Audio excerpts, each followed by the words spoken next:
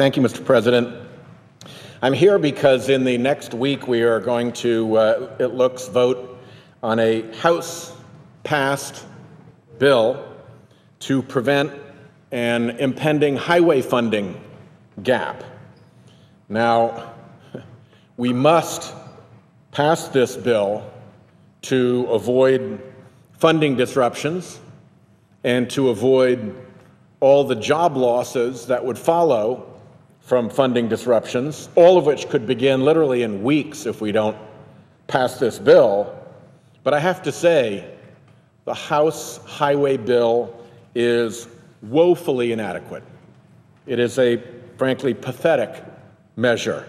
It fails at virtually every measure, most particularly failing to provide the leadership and the certainty that all of our states need so badly as they seek to implement their highway programs. The only positive thing that can be said about this bill is that it's better than no bill at all and a collapse of the highway fund. But that's not much of a commendation. The American Society of Civil Engineers gives America's roads a letter grade of D, and our bridges only a C+. In my state of Rhode Island, we've been around a long time. We were one of the founding colonies. We got a lot of old roads. We got a lot of old infrastructure. We got a lot of stuff that dates a long way back. And our infrastructure, for that reason, is among the worst in the nation, with 41% of our roads in poor condition, 57% of our bridges rated deficient or obsolete. Last Friday, I visited one of our bridges, the Great Island Bridge in Narragansett, Rhode Island. This bridge is the sole access to an island community of 350 homes. It has been rated functionally obsolete, and it must be replaced. If that bridge fails, the island's residents have no way to get to or from their homes. So I will vote for this House bill to avoid that kind of catastrophe, but we are wasting an opportunity to do more, to do a responsible highway bill. We actually have a pretty good model. The Senate Environment and Public Works Committee, on which I serve, actually passed a bipartisan, multi-year infrastructure investment plan. That's what we need. 6-year bill is what EPW passed, and that's the kind of certainty that our highway departments need so they can sign contracts for long-term projects. Well, sadly, the Republicans in the House couldn't manage that. The House-passed bill will extend the authorization for a mere 8 months. The EPW bill, the 6-year bill, written by Chairman Boxer and Ranking Member Vitter in bipartisan fashion, would reauthorize our nation's highway programs for 6 years, through 2020. Our committee has done its part to move a 6-year bill in the regular order, in bipartisan fashion. The House, once again, has failed. States need budget certainty to plan multi-year construction projects. That should be obvious enough even for the House to understand. To the millions of Americans who depend on federal highway funding, either directly or indirectly, for their paychecks, for their livelihoods, this paltry 8-month extension says to them and their families, you've got work until next May. That's not what these workers need, and that's not what our 50 states need. They need long-term certainty, and this bill fails them. I plan to support the Carper, Corker, Boxer amendment, which would force that debate this year so we do not go home at the end of this Congress without having passed a serious highway bill. There's no reason the American people should have to wait until 2015 for the certainty and security of a long-term highway bill. Plus, no guarantee that we'll do it even in 2015. If the House can't do a long-term bill now, What makes them think they can do a long-term bill later? So let's roll up our sleeves and pass a long-term highway bill this year.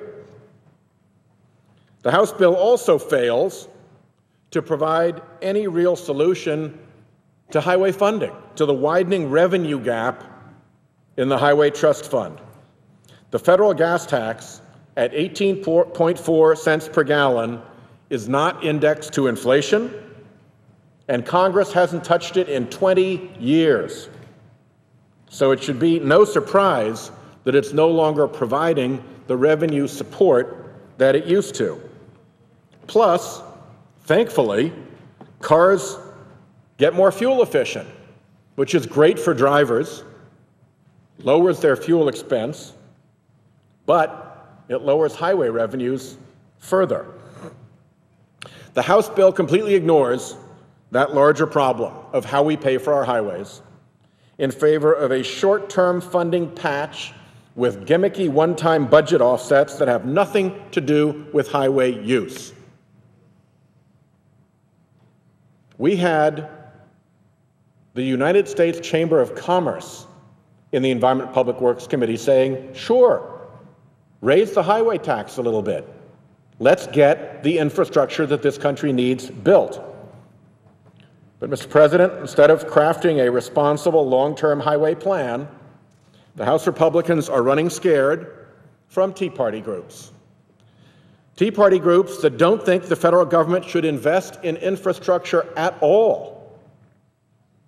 The Club for Growth, so-called, went so far last week as to say that the Highway Trust Fund, and I'm quoting them here, shouldn't even exist. Funny how Republican presidents Eisenhower, Nixon, Reagan, Ford, Bush, and Bush all managed to accept the idea of a federal highway system, not thinking that there was anything unusual or improper about that. Well, today's far-right extremists have gone way beyond them. And they've gone way beyond the American people. The American people overwhelmingly support federal infrastructure investments. According to a recent poll commissioned by the American Automobile Association, more than 2/3 of Americans believe the federal government should invest more in roads, bridges, and mass transit systems. We may, as Americans, have differing views on many issues, but when it comes to investing in the roads and bridges we all use, there is, unsurprisingly, broad agreement.